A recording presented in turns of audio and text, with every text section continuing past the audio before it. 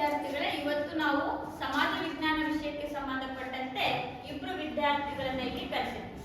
ಇವರು ತಮ್ಮ ದಿನನಿತ್ಯದ ಚಟುವಟಿಕೆಗಳನ್ನ ಅಂದ್ರೆ ಎದ್ದಾಗಲಿಂದ ಶಾಲೆಗೆ ಬರುವವರೆಗೂ ಏನೆಲ್ಲ ಕೆಲಸಗಳನ್ನ ಮಾಡ್ತಾರೆ ಅದು ಅವರ ಪರಿಚಯವನ್ನ ಮಾಡಿಕೊಡ್ತಾರೆ. ಸರಿನಾ? ಹೇಳೋಣ. ಬೆಳಿಗ್ಗೆ 5 ಗಂಟೆಗೆ ಎದ್ದು ಬ್ರಷ್ ಮಾಡಿ ಮುಖ ತೊಳೆದು ತಲೆ ಬಾಚಿಕೊಂಡು ಪ್ರೇಯರ್ಗೆ ಹೋಗ್ತೀವಿ. ಪ್ರೇಯರ್ ಮಾಡಾದ್ಮೇಲೆ ಯೋಗ ಮಾಡ್ತೀವಿ. ಯೋಗ ಆದ್ಮೇಲೆ ಓದ್ಕೊಂಡು ಕುತ್ಕೊಂತೀವಿ. ಫ್ರೆಂಡ್ಸ್ ಎಲ್ಲ ಅಂದ್ರೆ ಹಾಸ್ಟೆಲ್ ಅಲ್ಲಿ ಇದೀವಿ. ಓದ್ಕೊಂಡು ಕುತ್ಕೊಂಡು ಆಮೇಲೆ ರೆಡಿ ಆಗ್ತೀವಿ ಸ್ಕೂಲಿಗೆ ಬರೋಕ್ಕೆ ಅಂತ. ರೆಡಿ ಆದ್ಮೇಲೆ ತಿಂಡಿಗೆ ಹೋಗ್ತೀವಿ. ತಿಂಡಿ ತಿಂದು ಸ್ಕೂಲಿಗೆ ಬರ್ತೀವಿ. ಸ್ಕೂಲಲ್ಲಿ ಫ್ರೆಂಡ್ಸ್ ಹತ್ರ ಮಾತಾಡ್ತೀವಿ. ಆಮೇಲೆ ಎಲ್ಲ ಹೋಮ್ವರ್ಕ್ ಎಲ್ಲ ಮಾಡಿದ್ದೀರಾ ಅಂತ ಫ್ರೆಂಡ್ಸ್ನೆಲ್ಲ ಕೇಳಾದ್ಮೇಲೆ ಆಮೇಲೆ ಬೆಲ್ ಹೊಡಿತಾರೆ, ಪ್ರೇಯರ್ಗೆ ಹೋಗ್ತೀವಿ. ನಾನು ಬೆಳಗ್ಗೆ 6 ಗಂಟೆಗೆ ಎದ್ಬಿಟ್ಟು 1 ಅವರ್ ಓದ್ಕೊತೀನಿ. ಆಮೇಲೆ ಹಲ್ಲುಜ್ಜಿ ಮುಖ ತೊಳೆದ್ಬಿಟ್ಟು ಟೀ ಕುಡಿದ್ಬಿಟ್ಟು ಆಮೇಲೆ ನಮಗೇನು ಕೆಲಸ ಇರುತ್ತೆ ಮನೆ ಕೆಲಸ ಮಾಡಿಬಿಟ್ಟು ಆಮೇಲೆ ನಾನು ಸ್ಕೂಲಿಗೆ ಬರೋದಕ್ಕೆ ರೆಡಿಯಾಗಿ ಬಸ್ಸಿಗೆ ಬರ್ತೀನಿ. ಅಲ್ಲಿ ಬಂದಾಗ ಬೆಲ್ ಆಗುತ್ತೆ. ಇಲ್ಲಿ ನಾವು ರಾಷ್ಟ್ರಗೀತೆ ಮತ್ತು ನಾಡಗೀತೆ ಹೇಳ್ಬಿಟ್ಟು ಮತ್ತೆ ಕ್ಲಾಸ್ ರೂಮಿಗೆ ಬಂದಾಗ ನಮ್ಮ ದಿನನಿತ್ಯ ಏನು ಪಾಠಗಳು ನಡಿಬೇಕು ಅವು ಸ್ಟಾರ್ಟ್ ಆಗುತ್ತೆ. ಸರಿ, ಹಾಗಾದ್ರೆ ರಾಷ್ಟ್ರಗೀತೆ ನಾಡಗೀತೆ ಬರುತ್ತಾ?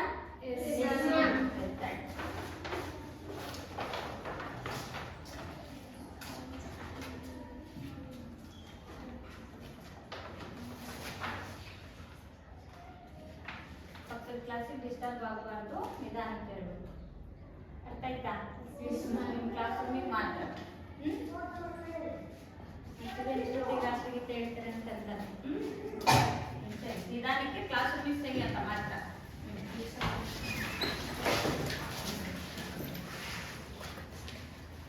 ಜನಗಣಮನಃ ಜಯ ಹೇ ಭಾರತ ಭಾಗ್ಯ ವಿಧಾತ ಪಂಜಾಬ ಸಿಂಧು ಗುಜರಾಟ ಮರಾಠ ದ್ರಾವಿಡ ಉತ್ಕಲ ವಂಗ ವಿಂಧ್ಯ ಹಿಮಾಚಲ ಯಮುನಾ ಗಂಗಾ ಉಜ್ಜಲ ಜಲಧಿ ತರಂಗಾ तब शुभ नामे जागे तब शुभ आशीष मागे गाहे तब जय गाथा जनगण मंगलदायक जय हे भारत भाग्य विधाता जय हे जय हे जय हे जय जय जय जय हे. ಪ್ರತಿದಿನ ನಾವು ತರಗತಿ ಪ್ರಾರಂಭ ಆಗೋಕ್ಕಿಂತ ಮುಂಚಿತವಾಗಿ ನಾಡಗೀತೆ ಮತ್ತು ರಾಷ್ಟ್ರಗೀತೆಯನ್ನ ಹಾಡ್ತೀವಿ. ಹೌದಾ? ಇಲ್ಲಿ ನಾವು ರಾಷ್ಟ್ರ ಧ್ವಜವನ್ನು ನೋಡ್ತಾ ಇದ್ದೀವಿ, ರಾಷ್ಟ್ರೀಯ ಪ್ರಾಣಿ ಹುಲಿಯನ್ನ ನೋಡ್ತಾ ಇದ್ದೀವಿ, ರಾಷ್ಟ್ರೀಯ ಫಲ ಮಾವು, ರಾಷ್ಟ್ರೀಯ ಪುಷ್ಪ ಕಮಲ, ರಾಷ್ಟ್ರೀಯ ಪಕ್ಷಿ ನವಿಲು, ರಾಷ್ಟ್ರ ವೃಕ್ಷ ಆಲದ ಮರ. ಹಾಗೆ ರಾಷ್ಟ್ರೀಯ ಕ್ರೀಡೆಗಳನ್ನ ನೋಡ್ತಾ ಇದ್ವಿ, ರಾಷ್ಟ್ರೀಯ ಲಾಂಛನ ಇದೆ. ಹಾಗೆ ರಾಷ್ಟ್ರಗೀತೆಯನ್ನು ಬರೆದಂತಹ ಪ್ರಮುಖ ಕವಿ ರವೀಂದ್ರನಾಥ ಟ್ಯಾಗೋರ್ ಅವರ ಒಂದು ಚಿತ್ರವು ಕೂಡ ಇದೆ. ರಾಷ್ಟ್ರಗೀತೆಯನ್ನು ಯಾಕೆ ಹಾಡ್ತೀವಿ? ದೇಶಕ್ಕೆ ಗೌರವವನ್ನ ಸಲ್ಲಿಸೋದಕ್ಕಾಗಿ ನಾವು ವಿದ್ಯಾರ್ಥಿಗಳ ಜೀವನದ ಪ್ರಾರಂಭ ಆಗೋದೇ ರಾಷ್ಟ್ರಗೀತೆಯಿಂದ. ಯಾಕೆಂತಂದ್ರೆ ನಾವು ಭಾರತದ ಪ್ರಜೆಗಳಾಗಿರೋದ್ರಿಂದ ದೇಶಕ್ಕೆ ಗೌರವವನ್ನ ಸೂಚಿಸುವಂತ ಒಂದು ಸೂಚಕವಾಗಿ ರಾಷ್ಟ್ರಗೀತೆಯನ್ನ ಹಾಡ್ತೀವಿ. ಹಾಗಾದ್ರೆ ಇವತ್ತು ನಾವು ಸಮಾಜ ವಿಜ್ಞಾನ ವಿಷಯದಲ್ಲಿ ಬರುವಂತಹ ರಾಜ್ಯಶಾಸ್ತ್ರದ ಅಧ್ಯಾಯ ರಾಷ್ಟ್ರೀಯ ಭಾವೈಕ್ಯತೆ ಎನ್ನುವಂತಹ ಪಾಠವನ್ನ ಮಾಡುವಂತಹದ್ದು. ಹಾಗಾದ್ರೆ ರಾಷ್ಟ್ರೀಯ ಭಾವೈಕ್ಯತೆಯನ್ನ ವೃದ್ಧಿಸುವಂತಹ ಅಂಶಗಳಲ್ಲಿ ರಾಷ್ಟ್ರಗೀತೆಯು ಕೂಡ ಒಂದು. ಅದನ್ನ ನಾವು ಪ್ರತಿದಿನ ನಮ್ಮ ದಿನನಿತ್ಯ ಚಟುವಟಿಕೆಗಳಲ್ಲಿ ನೋಡ್ತಾನೆ ಇರ್ತೀವಿ. ಹೌದಾ? ಸರಿ, ಆಯ್ತು. ಇವತ್ತು ನಾವು ಸಮಾಜ ವಿಜ್ಞಾನ ವಿಷಯದ ಅಧ್ಯಾಯ ಯಾವುದು? ರಾಷ್ಟ್ರೀಯ ಭಾವೈಕ್ಯ.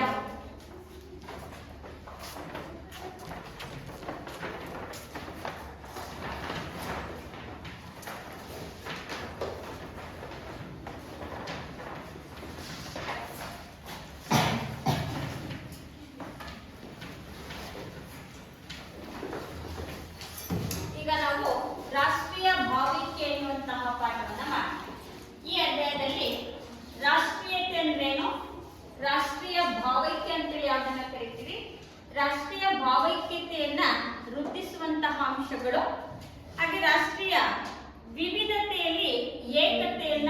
ಹೊಂದಿರುವಂತಹ ಅಂಶಗಳು. ಇಂತಹ ಕಲಿಕಾಂಶಗಳನ್ನ ಇದರಲ್ಲಿ ನಾವು ತಿಳ್ಕೋಬೇಕಾಗಿರುವಂತಹದ್ದು ರಾಷ್ಟ್ರೀಯ ಭಾವೈಕ್ಯ ಅಂತ ಕರೀತೀವಿ ಅಲ್ವಾ. ಅದಕ್ಕಿಂತ ಮುಂಚಿತವಾಗಿ ನಾವು ನೋಡ್ಬೇಕಾಗಿರುವಂತಹದ್ದು ರಾಷ್ಟ್ರೀಯತೆ.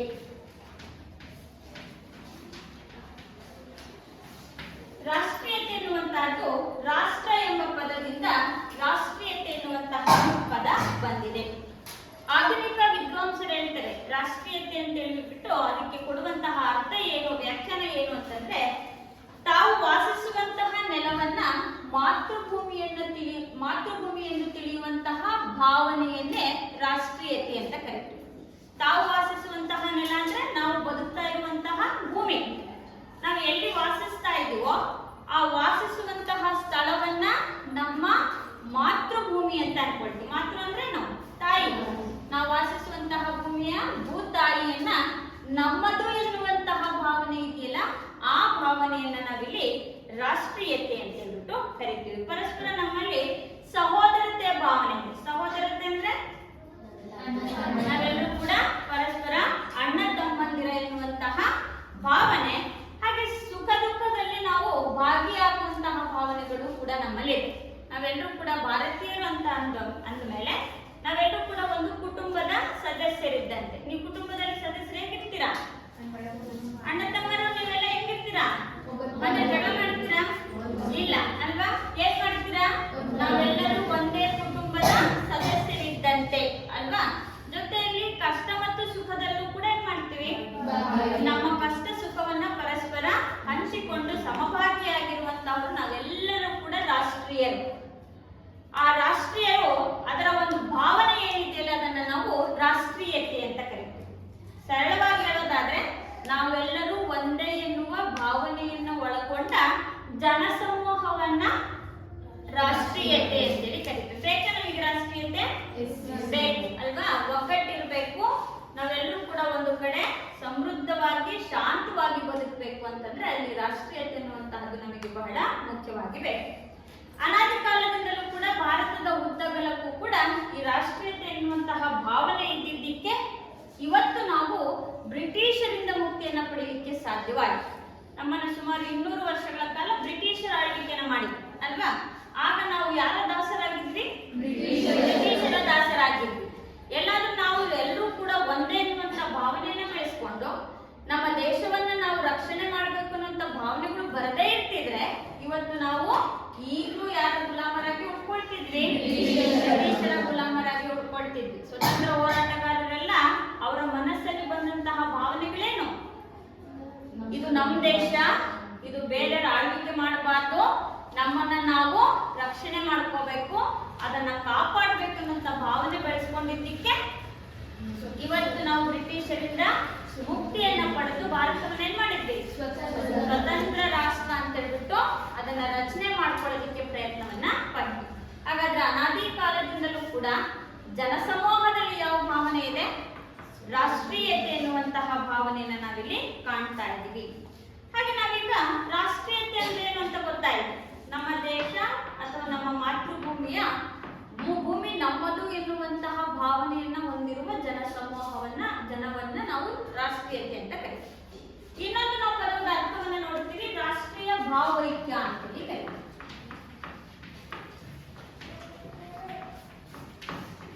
ರಾಷ್ಟ್ರೀಯ ಭಾವೈಕ್ಯ. ರಾಷ್ಟ್ರೀಯ ಭಾವೈಕ್ಯ ಅಂದ್ರೇನು? ಒಂದು ರಾಷ್ಟ್ರದ ಜನರು ನಾವೆಲ್ಲರೂ ಒಂದೇ ಎನ್ನುವಂತಹ ಭಾವನೆಗಳು. ಆ ಭಾವನೆಗಳನ್ನ ನಾವೇನಂತ ಕರಿತೀವಿ? ಭಾವೈಕ್ಯ ಅಂತೀವಲ್ವಾ.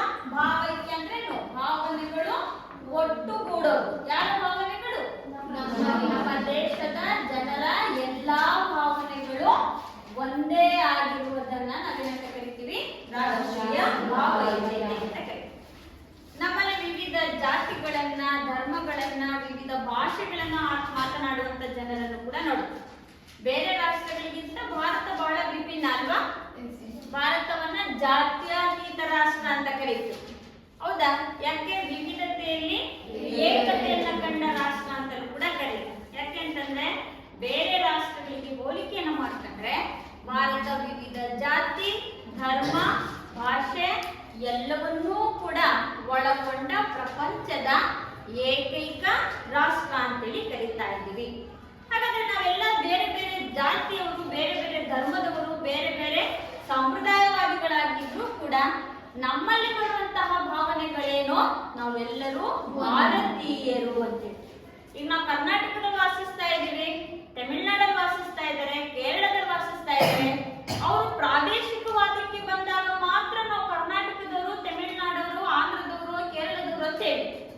ಆದ್ರೆ ನೀವು ಬೇರೆ ದೇಶಗಳಿಗೆ ಹೋದಾಗ ನಾವು ಕೇರಳದಿಂದ ಬಂದ್ವಿ, ಕರ್ನಾಟಕದಿಂದ ಬಂದ್ವಿ ಅಂತ ಹೇಳೋದಲ್ಲ, ಏನಂತ ಹೇಳ್ತೀರಾ?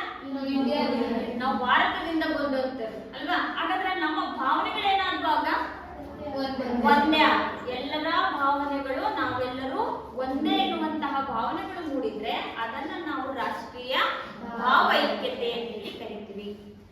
ಹಾಗೆ ಇನ್ನೊಂದು ಕಡೆ ನೋಡ್ತೀವಿ, ಭಾರತ ಒಂದು ವಿಶಾಲವಾದಂತ ರಾಷ್ಟ್ರ ಅಲ್ವಾ?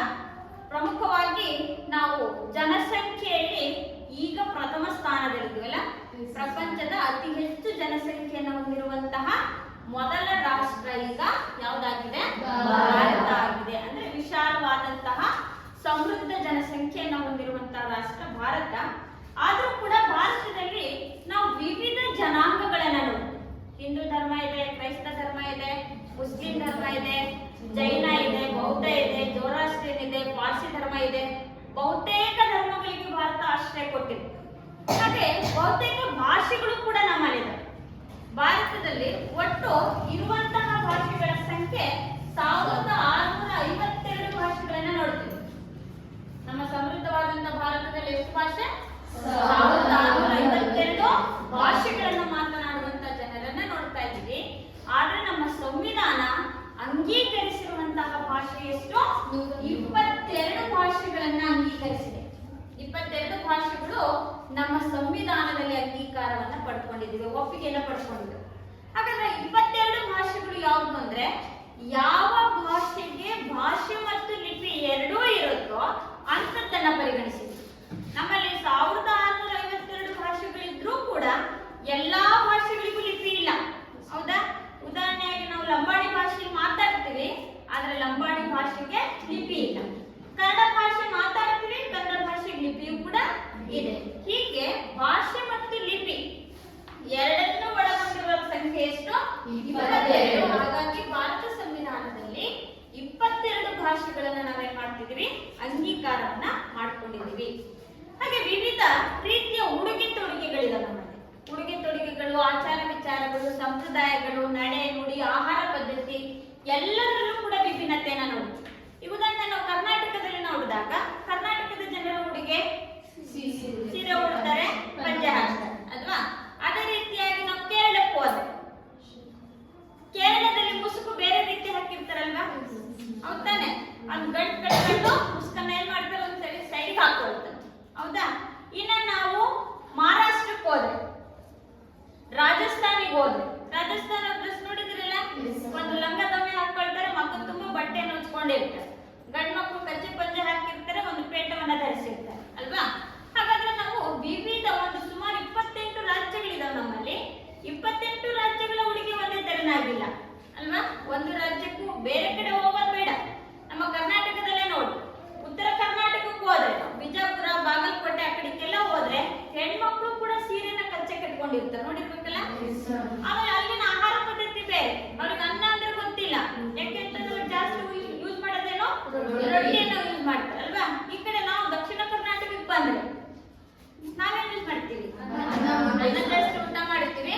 ನಾವು ಜೋಳ ಕಡಿಮೆ, ರಾಗಿ ಯೂಸ್ ಮಾಡ್ತೀವಿ. ನಮ್ಮಲ್ಲಿ ಏನು ರಾಗಿನ ಮುದ್ದೆ ಮಾಡ್ತೀವಿ, ಹೌದಾ? ಉತ್ತರ ಕರ್ನಾಟಕದಲ್ಲೆಲ್ಲ ರೊಟ್ಟಿ. ಹಾಗಾದ್ರೆ ಆಹಾರ ಪದ್ಧತಿಯಲ್ಲೂ ಕೂಡ ವ್ಯತ್ಯಾಸ ನೋಡ್ತಾ ಇದ್ವಿ, ಉಡುಗೆ ತೊಡುಗೆಗಳಲ್ಲಿ ವ್ಯತ್ಯಾಸವನ್ನ ಕಾಣ್ತಾ ಇದ್ವಿ, ಸಾಮಾಜಿಕ ರೀತಿ ವ್ಯವಸ್ಥೆಯಲ್ಲೂ ಕೂಡ ವ್ಯತ್ಯಾಸ ಕಾಣ್ತಿದ್ವಿ. ಆದ್ರೂ ಕೂಡ ನಾವು ಕರ್ನಾಟಕದವರು ಅಂತ ಹೇಳ್ಕೊಳ್ತೀವಿ, ಆದ್ರೂ ಕೂಡ ನಾವು ಭಾರತೀಯರು ಅಂತ ಹೇಳ್ಕೊಳ್ತೀವಿ ಅಲ್ವಾ?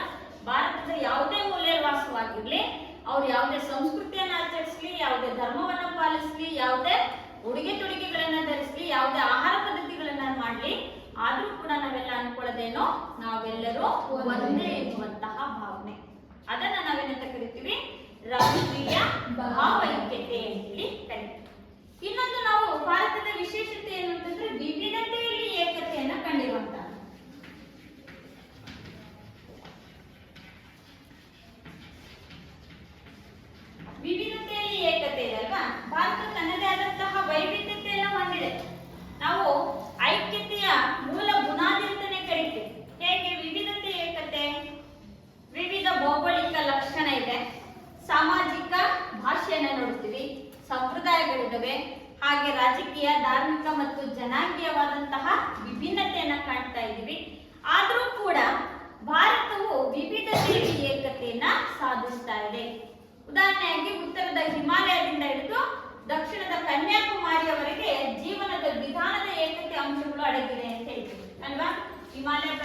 ಭಾರತದಿಂದ ದಕ್ಷಿಣದ ಕನ್ಯಾಕುಮಾರಿವರೆಗೆ ನಮ್ಮ ಭಾರತದ ವಿಸ್ತಾರವನ್ನ ನೋಡ್ತಾ ಇದ್ದೀವಿ.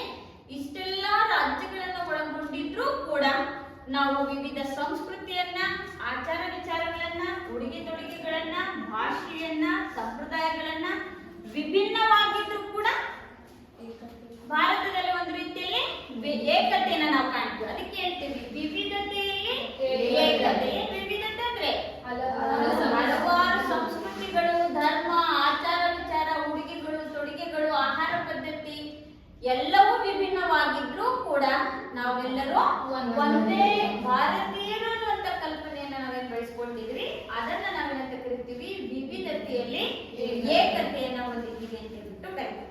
ನಮ್ಮಲ್ಲಿ ಒಂದೇ ರೀತಿಯ ಆಡಳಿತ ವ್ಯವಸ್ಥೆ ಇದೆ, ಒಂದೇ ರೀತಿಯ ಶಿಕ್ಷಣ ವ್ಯವಸ್ಥೆಯನ್ನ ಕಾಣ್ತಾ ಇದೀವಿ, ಹಾಗೆ ಒಂದೇ ರೀತಿಯ ಆಧುನಿಕ ಒಂದು ಕಾನೂನು ಪದ್ಧತಿಗಳನ್ನು ಕೂಡ ಕಾಣ್ತಾ ಇದೀವಿ. ಇವೆಲ್ಲವೂ ವಿಭಿನ್ನವಾಗಿದ್ರು ಕೂಡ ಅದೆಲ್ಲವೂ ಕೂಡ ಒಂದೇ ಎನ್ನುವಂತಹ ಕಲ್ಪನೆ ಅಥವಾ ಭಾವನೆಗಳೇನಿದೆ ಅದನ್ನ ನಾವು ವಿವಿಧತೆಯಲ್ಲಿ ಏಕತೆಯನ್ನ ಹೊಂದಿರುವಂತಹದ್ದು ಅಂತೇಳಿ ಕರೀತೀವಿ.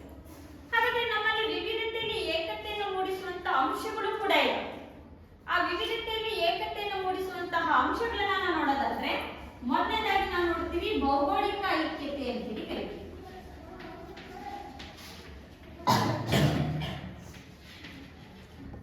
ಭೌಗೋಳಿಕ ಐಕ್ಯತೆ ಅಂದ್ರೆ ವಿಶ್ವದ ಇತರ ರಾಷ್ಟ್ರಗಳಿಗಿಂತ ನಾವು ವಿಭಿನ್ನವಾಗಿದ್ದೀವಿ ಅಲ್ವಾ. ನಾವು ಯಾವ ರೀತಿಯಾಗಿ ಭೌಗೋಳಿಕ ಐಕ್ಯತೆ ಅಂತ ಕರಿತೀವಿ. ಬೇರೆ ರಾಷ್ಟ್ರಗಳಲ್ಲಿ ನೋಡಿದ್ರೆ ಪ್ರಪಂಚದ ಭೂಪಟದಲ್ಲಿ ಭಾರತ ಬಹಳ ಸಪರೇಟ್ ಆಗಿದೆ, ವಿಶೇಷವಾಗಿದೆ ಅಲ್ವಾ. ಹಾಗಾಗಿ ಭಾರತವನ್ನ ಒಂದು ಉಪಖಂಡ ಅಂತಾನೆ ಕರಿತೀವಿ, ಹೌದಾ. 7 ಖಂಡಗಳು ಬೇರೆ, ಅದರಲ್ಲಿ ಭಾರತವನ್ನ ನಾವೇನಂತ ಕರಿತೀವಿ ಒಂದು ಉಪಖಂಡ ಅಂತ ಕರಿತೀವಿ. ಯಾಕೆ ಅಂತಂದ್ರೆ ಅದು ಭೌಗೋಳಿಕವಾಗಿ ಬೇರೆ ರಾಷ್ಟ್ರಗಳಿಗೆ ಹೋಲಿಕೆ ಮಾಡಿದ್ರೆ ವಿಭಿನ್ನವಾಗಿರೋದನ್ನ ಕಾಣ್ತೀವಿ. ಯಾವ ರೀತಿಯಾಗಿ ನಾವು ಭೌಗೋಳಿಕ ಐಕ್ಯತೆಯನ್ನ ಹೊಂದಿದ್ದೀವಿ ಅಂತಂದ್ರೆ ಉತ್ತರದಲ್ಲಿ ನಾವು ಹಿಮಾಲಯ ಪರ್ವತ ಪ್ರದೇಶಗಳನ್ನ ನೋಡ್ತೀವಿ. ಹಿಮಾಲಯಗಳು ಉತ್ತರ ಭಾಗದಲ್ಲಿರುವಂತಹ ರಾಷ್ಟ್ರಗಳಿಂದ ನಮ್ಮನ್ನ ಬೇರ್ಪಡಿಸಿದೆ, ಹೌದಾ. ಅದೇ ರೀತಿಯಾಗಿ ನಾವು ಪಶ್ಚಿಮಕ್ಕೆ ಬಂದ್ರೆ ಅರಬ್ಬಿ ಸಮುದ್ರವನ್ನ ನೋಡ್ತೀವಿ, ಹೌದಾ. ದಕ್ಷಿಣಕ್ಕೆ ಬಂದ್ರೆ ಹಿಂದೂ ಮಹಾಸಾಗರವನ್ನ ನೋಡ್ತೀವಿ. ಪೂರ್ವಕ್ಕೆ ಬಂದ್ರೆ ನಾವು ಬಂಗಾಳ ಕೊಲ್ಲಿನ ನೋಡ್ತೀವಿ. ಒಟ್ಟಾರೆ 4 ದಿಕ್ಕುಗಳಿಂದ ನಾವು ಬೇರೆ ರಾಷ್ಟ್ರಗಳಿಂದ ಸಪರೇಟ್ ಆಗಿ ಇದೀವಿ, ಬೇರ್ಪಡಿಸಿಕೊಂಡೇ ಇದೆ ಅಲ್ವಾ. ಹಾಗಾಗಿ ನಮ್ದು ಹೇಗೆ ಅಂತಂದ್ರೆ ಭೌಗೋಳಿಕ ಐಕ್ಯತೆ ನೋಡಿ, ಪ್ರಕೃತಿಯಿಂದಲೇ ನಾವು ಒಂದು ರೀತಿಯಲ್ಲಿ ಐಕ್ಯವಾಗಿದ್ದೀವಿ. ಪ್ರಕೃತಿ ದತ್ತವಾಗಿದೆ, ಯಾರು ಕೂಡ ಸೃಷ್ಟಿ ಮಾಡಿದ್ದಲ್ಲ ಅಲ್ವಾ. ಉತ್ತರದಲ್ಲಿ ಹಿಮಾಲಯಗಳು, ಪಶ್ಚಿಮದಲ್ಲಿ ಅರಬ್ಬಿ ಸಮುದ್ರ, ದಕ್ಷಿಣದಲ್ಲಿ ಹಿಂದೂ ಮಹಾಸಾಗರ, ಪೂರ್ವದಲ್ಲಿ ಬಂಗಾಳ ಕೊಲ್ಲಿ. ಈ 4 ದಿಕ್ಕುಗಳಿಂದ ನಾವು ಭೌಗೋಳಿಕವಾಗಿ ಏನಾಗಿದ್ದೀವಿ, ಒಂದಾಗಿದ್ದೀವಿ, ಐಕ್ಯತೆಯನ್ನ ಹೊಂದಿರೋದನ್ನ ನಾವಿಲ್ಲಿ ಕಾಣ್ತಾ ಇದ್ದೀವಿ. ಇದನ್ನ ನಾವೇನಂತ ಕರಿತೀವಿ ಭೌಗೋಳಿಕ ಐಕ್ಯತೆ ಅಂತೇಳಿ ಕರಿತೀವಿ. ಅದೇ ರೀತಿಯಾಗಿ ನಮ್ಮಲ್ಲಿ ಈ ರಾಷ್ಟ್ರಗೀತೆ ಹಾಡೋದು ಅಲ್ವಾ, ರಾಷ್ಟ್ರಗೀತೆ, ರಾಷ್ಟ್ರಧ್ವಜ ಇವೆಲ್ಲವೂ ಕೂಡ ನಮ್ಮನ್ನ ಐಕ್ಯಗೊಳಿಸಿವೆ. ಹಾಗಂತೇಳಿ ನಾವು 28 ರಾಜ್ಯಗಳಲ್ಲಿ ಬೇರೆ ಬೇರೆ ರಾಷ್ಟ್ರಗೀತೆ ಹಾಡಲ್ಲ. 28 ರಾಜ್ಯಗಳಲ್ಲೂ ಹಾಡೋದು ಒಂದೇ ರಾಷ್ಟ್ರಗೀತೆ. ನಾವೇನ್ ಬೆಳಗ್ಗೆ ಜನಗಣಮನ ಅಂತ ಹೇಳ್ತೀವೋ ಅದೇ ರಾಷ್ಟ್ರಗೀತೆಯನ್ನ ಎಲ್ಲಾ ರಾಜ್ಯಗಳಲ್ಲೂ ಕೂಡ ಹಾಗಾದ್ರೆ ಆ ರಾಷ್ಟ್ರಗೀತೆ, ಆ ರಾಷ್ಟ್ರಧ್ವಜವು ಕೂಡ ಏನ್ ಮಾಡಿದೆ, ನಮ್ಮನ್ನ ಒಂದುಗೂಡಿಸಿದೆ. ಹಾಗಾದ್ರೆ ವಿವಿಧ ಪ್ರದೇಶಗಳಲ್ಲಿ ಇದ್ರೂ ಕೂಡ ಭೌಗೋಳಿಕವಾಗಿ ನಾವೇನಾಗಿದ್ದೀವಿ, ಐಕ್ಯವಾಗಿದ್ದೀವಿ, ಒಂದಾಗಿದ್ದೀವಿ, ಹೌದಾ. ಇನ್ನ ಎರಡನೇದೇನು ಅಂದ್ರೆ ರಾಜಕೀಯ ಐಕ್ಯತೆ ಅಂತೇಳಿ ಕರೀತೀವಿ.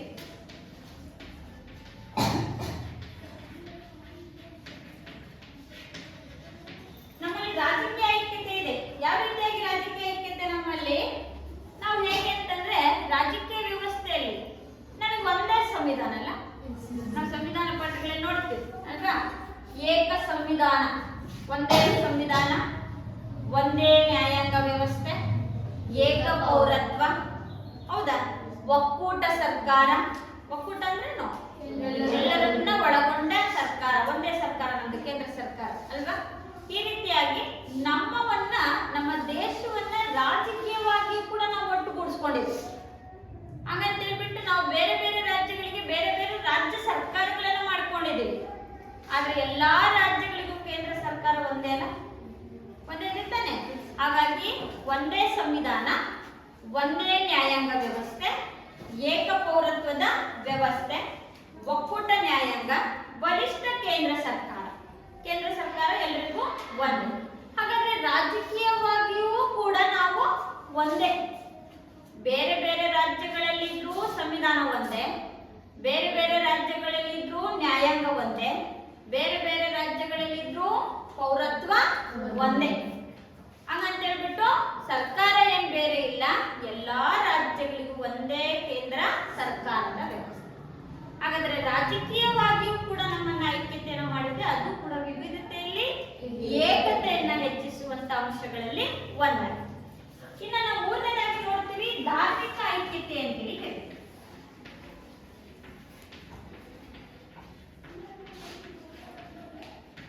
ಅಂದ್ರೆ ಹಲವಾರು ಧರ್ಮಗಳು ನಮ್ಮಲ್ಲಿ ಬೇರೆ ಇದಾವಲ್ವಾ?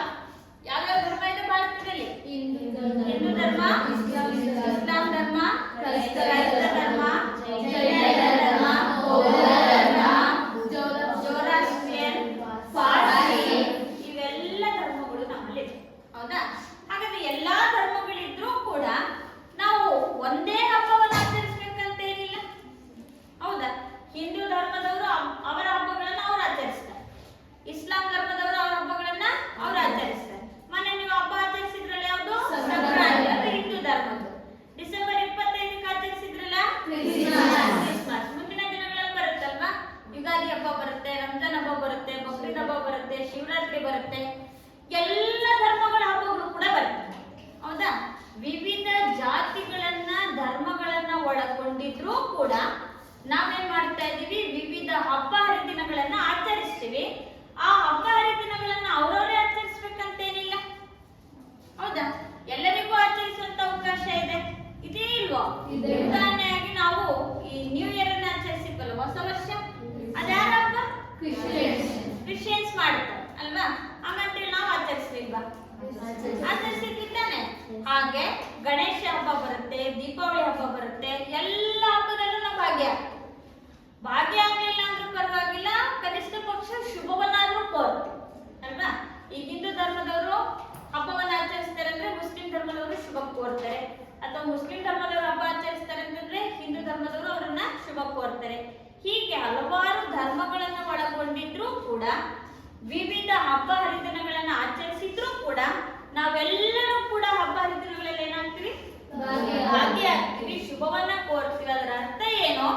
ನಾವು ಬೇರೆ ಬೇರೆ ಆಗಿದ್ರು ಕೂಡ ನಾವೆಲ್ಲರೂ ಭಾರತೀಯರು ಒಂದೇ ಎನ್ನುವಂತಹ ಭಾವನೆ ಇದೆಯಲ್ಲ. ಹಾಗಾದ್ರೆ ನೋಡಿ, ಧರ್ಮವೂ ಕೂಡ ನಮ್ಮನ್ನ ಏನ್ ಮಾಡ್ತಾ ಇದೆ, ಇವತ್ತು ಒಟ್ಟುಗೂಡಿಸ್ತಾ ಇದೆ. ಇದನ್ನು ನಾವು ಧಾರ್ಮಿಕ ಐಕ್ಯತೆ ಅಂತೇಳಿ ಕರೀತೀವಿ. ಇನ್ನು ನಾಲ್ಕನೇದಾಗಿ ಬರುತ್ತೆ ಭಾಷಾ ಐಕ್ಯತೆ.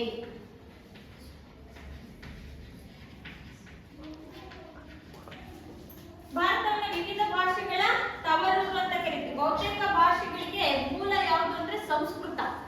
ಸಂಸ್ಕೃತವೇ ಭಾರತದ ಬಹುತೇಕ ಭಾಷೆಗಳಿಗೆ ಮೂಲ. ಹೌದಾ? ಹಾಗಾದ್ರೆ ಭಾಷೆಗಳ ತವರೂರು ಅಂತ ಕರಿತೀವಿ. ಯಾವ್ದನ್ನ? ಭಾರತವನ್ನ ಭಾಷೆಗಳ ತವರೂರು ಅಂತ ಕರಿತೀವಿ. ಯಾಕಂದ್ರೆ 1652 ಭಾಷೆಗಳು ಭಾರತದಲ್ಲಿ ಮಾತನಾಡುವಂತ ಜನರನ್ನ ನಾವಿಲ್ಲಿ ಕಾಣ್ತಾ ಇದ್ದೀವಿ. ಪ್ರತಿಯೊಂದು ರಾಜ್ಯವು ತನ್ನದೇ ಆದಂತ ಭಾಷೆಯನ್ನು ಹೊಂದಿದೆ.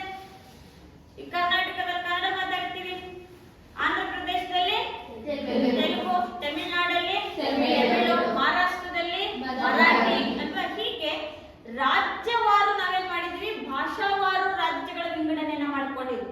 ಯಾವ್ಯಾವ ಭಾಷೆ ಮಾತಾಡ್ತಾರೋ ಅವ್ರವರಿಗೆ ಸಪರೇಟ್ ಒಂದೊಂದು ರಾಜ್ಯ ಅಂತ ಮಾಡ್ಕೊಂಡಿದ್ವಿ. ಹೌದಾ? ಹಾಗಾದ್ರೆ ಪ್ರತಿಯೊಂದು ರಾಜ್ಯವು ತನ್ನದೇ ಆದಂತಹ ಭಾಷೆಗಳನ್ನ ಒಳಗೊಂಡಿರೋದನ್ನು ಕೂಡ ಕಾಣ್ತಾರೆ. ಹಂಗಂತ ಹೇಳ್ಬಿಟ್ಟು ಇನ್ನೊಬ್ರು ಭಾಷೆ ನಾವು ಹೀಯಾಳಿಸಲ್ಲ, ಕಲಿಯುವಂತಹ ಪ್ರಯತ್ನನಾದ್ರೂ ಪಡ್ತೀವಿ. ಇಲ್ಲ ಅವ್ರು ಮಾತನಾಡೋದನ್ನು ಸುಮ್ಮನೆ ನಿಂತಿದ್ದು ಆಲಿಸ್ತೀವಿ. ಹೌದಾ?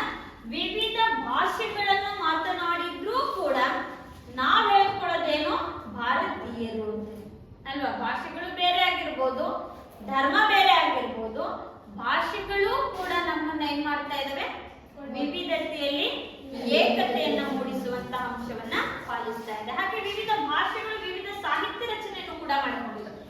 ತಮಿಳು ಭಾಷೆಯಲ್ಲಿ ಕೃತಿಗಳನ್ನ ನೋಡ್ತೀವಿ, ತೆಲುಗು ಭಾಷೆಯಲ್ಲಿ ಕೃತಿಯನ್ನ ನೋಡ್ತೀವಿ ಅಲ್ವಾ? ಕನ್ನಡ ಭಾಷೆಯಲ್ಲಿ ಕೃತಿಗಳನ್ನ ನೋಡ್ತೀವಿ, ಸಂಸ್ಕೃತ ಭಾಷೆಯಲ್ಲಿ ಕೃತಿಗಳನ್ನ ನೋಡ್ತೀವಿ.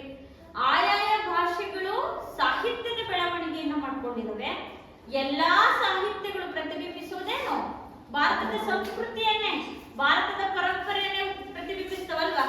ಯಾಕೆಂತಂದ್ರೆ ಅವೆಲ್ಲವೂ ಕೂಡ ಹುಟ್ಕೊಂಡಿರೋದು ಭಾರತದಲ್ಲಿ. ಹಾಗಾದ್ರೆ ಪ್ರತಿಯೊಂದು ಭಾಷೆಯಲ್ಲೂ ಭಾರತದ ಸಂಸ್ಕೃತಿಯನ್ನ ಭಾರತದ ಪರಂಪರೆಯನ್ನ ಪ್ರತಿಬಿಂಬಿಸ್ತವೆ ಹೊರತು ಅವು ಬೇರೇನೂ ಕೂಡ ಪ್ರತಿಬಿಂಬವನ್ನ ವ್ಯಕ್ತಪಡಿಸೋಲ್ಲ. ಹಾಗಾದ್ರೆ ಭಾಷೆಗಳು ಕೂಡ ನಮ್ಮನ್ನ ಏನ್ ಮಾಡ್ತಾ ಇದ್ದೇವೆ ಇವತ್ತು ಒಂದುಗೂಡಿಸುವ ಒಂದು ಪ್ರಯತ್ನವನ್ನ ಮಾಡಿವೆ. ಹೀಗೆ ಮತ್ತೊಂದೇನು ಅಂತಂದ್ರೆ ಸಾಂಸ್ಕೃತಿಕ ಐಕ್ಯತೆ ಅಂತ ಹೇಳೋದು.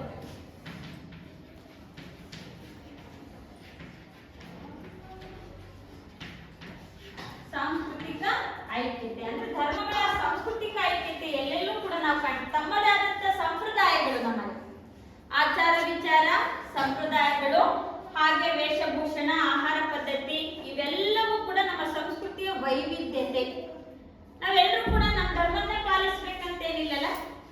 ನಾವೀಗ ಧರಿಸುವಂತಹ ಬಟ್ಟೆಗಳು ನೋಡಿ, ವೇಷಭೂಷಣಗಳನ್ನ ನೋಡಿ, ಹಿಂದೂ ಧರ್ಮದ ಪ್ರಕಾರ ಈಗ ಭಾರತವನ್ನ ಹಿಂದೂಸ್ತಾನ ಅಂತ ಕರಿತೀವಲ್ವಾ, ಹಿಂದೂ ಧರ್ಮದ ಪ್ರಕಾರ ನಮ್ಮ ಹುಡುಗಿ ಏನು ಸೀರೆ ಉಡ್ಬೇಕು.